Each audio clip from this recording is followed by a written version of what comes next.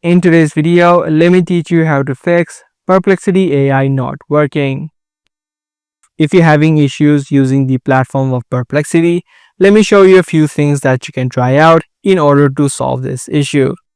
Now, if you're using your mobile phone and using the app of Perplexity, what you can do is tap and hold the app and then head over to app info.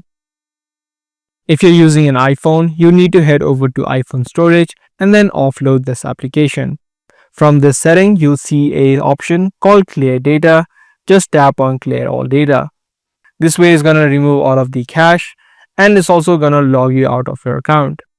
So once this step is now complete, you need to again tap into your Perplexity account and then try logging in. By alone doing this, you should be able to fix the Perplexity not working issue.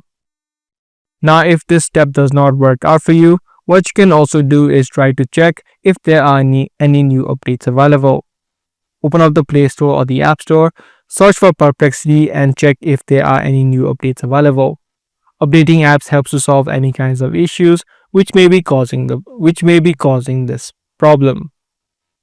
So just tap on the update button if you do see the update option.